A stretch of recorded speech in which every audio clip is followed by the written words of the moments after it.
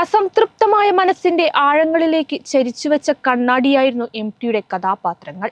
മനുഷ്യന്റെ ഉള്ളിലെ പ്രണയവും സ്നേഹവും വിരഹവും ദുഃഖവും നിന്ദയും പകയും ദേഷ്യവുമെല്ലാം സമ്മിശ്രമായി ചാലിച്ചെടുത്ത കഥാപാത്രങ്ങൾ.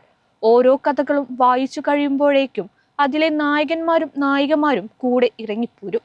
ഒടുവിൽ വാക്കുകളുടെ ആ മഹാപ്രളയം ഒടുങ്ങി, വാക്കണഞ്ഞു.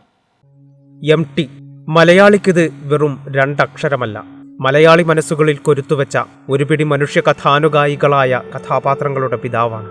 വാക്കുകളുടെ പെരുന്തച്ഛനാണ്. മലയാളിയെ പ്രണയിക്കാനും ജീവിക്കാനും സ്നേഹിക്കാനും ദേഷ്യപ്പെടാനും പഠിപ്പിച്ച മഹാമനീഷിയാണ്.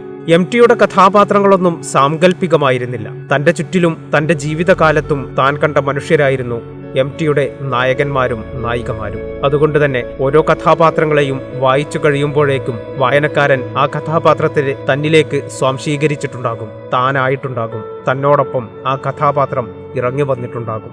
മനുഷ്യ മനസ്സിന്റെ ശാന്തതയും അസംതൃപ്തിയും സംഘർഷങ്ങളും ഇത്രമേൽ മനോഹരമായി കടലാസിലേക്ക് പകർത്തിയ മറ്റേതൊരു കഥാകാരനെ ചൂണ്ടിക്കാണിക്കാൻ പറഞ്ഞാലും നമ്മൾ അശക്തരാകും. അസംതൃപ്തമായ മനസ്സിന്റെ ആഴങ്ങളിലേക്ക് ചരിച്ചുവെച്ച കണ്ണാടിയായിരുന്നു എം.ടിയുടെ ഓരോ കഥാപാത്രങ്ങളും.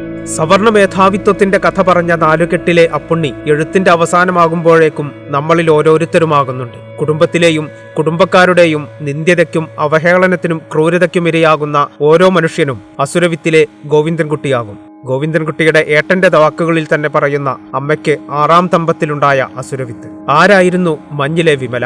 ഓരോ സ്ത്രീയിലും ഒരു വിമലയുണ്ട്. അതുപോലെ ഓരോ പുരുഷനിലും വിമലയെ ആഗ്രഹിക്കുന്ന ഒരു മനസ്സുണ്ട്. മഞ്ഞുപോലെ നനുത്ത ഒരു ഓർമ്മയാണ് മഞ്ഞിലെ വിമല നമുക്ക്. കാലത്തിലെ സേതുവും ഇരുട്ടിന്റെ ആത്മാവിലെ വേലായുധനും കുട്ടിയടത്തിയിലെ കുട്ടിയടത്തിയും വാസുവും വളർത്തുമൃഗങ്ങളിലെ ജാനമ്മയും ലക്ഷ്മിയും ആവശ്യമുള്ളപ്പോൾ മാത്രം ലാളിക്കുന്ന വളർത്തുമൃഗങ്ങളും ഓളവും തീരത്തിലെ ബാപ്പുട്ടിയും സമൂഹവും ദേവിയും തിരസ്കരിച്ച പള്ളിവാളും കാൽച്ചിലമ്പിലെ വെളിച്ചപ്പാടും, അങ്ങനെ താൻ ജനിച്ച കൂടല്ലൂരിന്റെ ഗ്രാമാന്തരങ്ങളിൽ താൻ കണ്ടുവളർന്ന ഓരോ മനുഷ്യരും എം.ടിയുടെ തൂലികത്തുമ്പിലൂടെ ലോകം കണ്ടു. വാക്കണയുകയാണ്. അക്ഷരങ്ങളുടെ മഹാപ്രളയം നിലച്ചു. തന്റെ സാഹിത്യ സഭരയോട് ജീവിതത്തോട് 100% ഡെഡിക്കേറ്റഡായ ഒരു മനുഷ്യനാണ് വിട പറയുന്നത്. ഒരുപക്ഷെ തന്റെ ജീവിതത്തിൽ എം.ടി ഏറ്റവും അധികം കേട്ട ആക്ഷേപം സ്നേഹിക്കാനറിയാത്ത, തന്നെ മാത്രം സ്നേഹിക്കുന്ന ഒരു സ്വാർത്ഥനാണ് എം.ടി എന്നതാണെന്ന് എം.എൻ. വിജയൻ മാഷ് പറഞ്ഞിട്ടുണ്ട്. മാഷുടെ തന്നെ വാക്കുകളിൽ പറഞ്ഞാൽ തന്റെ ക്രിയേഷനോടുള്ള എം.ടിയുടെ ഡെഡിക്കേഷൻ ആയിരുന്നു അത്. അയാൾക്ക് അങ്ങനെയാകാനേ പറ്റുമായിരുന്നുള്ളൂ.